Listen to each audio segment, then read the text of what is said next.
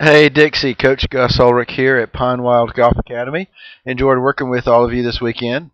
We're going to take a look now at your golf swing. The day we did video, which was Saturday, we have a couple of views. We have a face-on view here, and then there's the down-the-line view. Just taking a look at this. This was a 7-iron.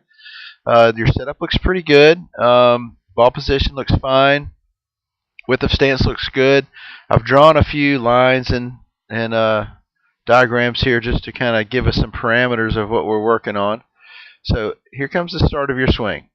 All right, and everything looks in place as far as your setup goes. Like I said, with the stance and the ball position. If we take a look at this one here and just look at your posture, everything looks pretty good. We talked a little bit about maybe not bending over quite so much. As you get into the longer clubs, like with your driver, you definitely want to not bend over quite so much. This is pretty good for a 7-iron, so I think we're good right here. Chin up, nice straight back, good knee flex. Everything looks pretty good. We're going to go ahead and roll this thing in motion here. Just if you look at the red line out there, that was your target. All right, so as you start the club back, we want the shaft to kind of follow that yellow line that I drew along the shaft plane there. So you're getting ready to go here. And so as you turn back, we talked about taking the club back in one piece with, with that PVC pipe. I gave you that drill to do. I think that would be a good way to feel this of what you're going to try to do here on this takeaway. So here comes the club going back. You can see how it kind of goes underneath right away. And as soon as it does that, you can see the hands are going to go above the yellow line. So we want to try to take the club back more in one piece and let the handle or the grip end and the club head go back at the same pace. So we want the club and the shaft to go a little more along that same path as that yellow line right there, okay? So we'll need to work on that. As you get to the top of the swing, you make a nice hinge. You make a nice turn. I want you to work on this right knee right here. We want to make sure we maintain flex in that right knee right there. So make sure you're athletic. You can see you're tilting over a little bit too much.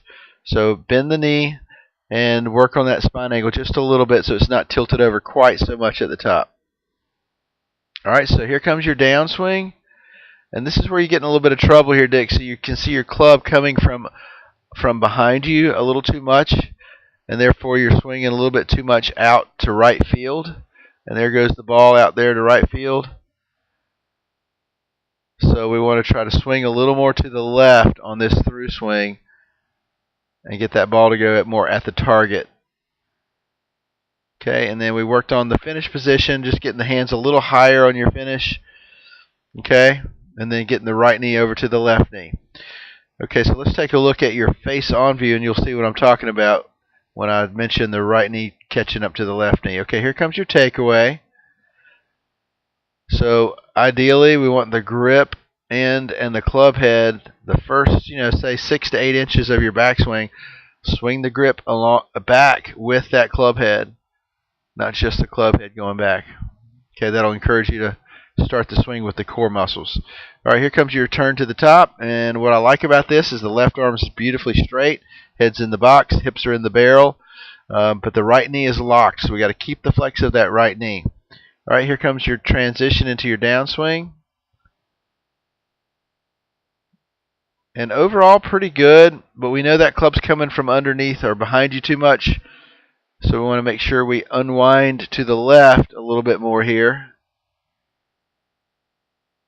And then let that right knee go ahead and come all the way over to the left knee. That'll give you the sensation of turning your hips completely through to your finish position. You can see your right leg gets locked right here at about this point, and then the hips have to kind of stop turning.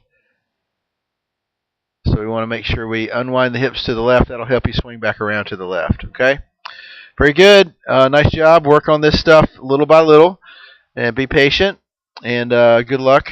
Work hard, and I hope to see you again sometime soon. Thanks, Dixie.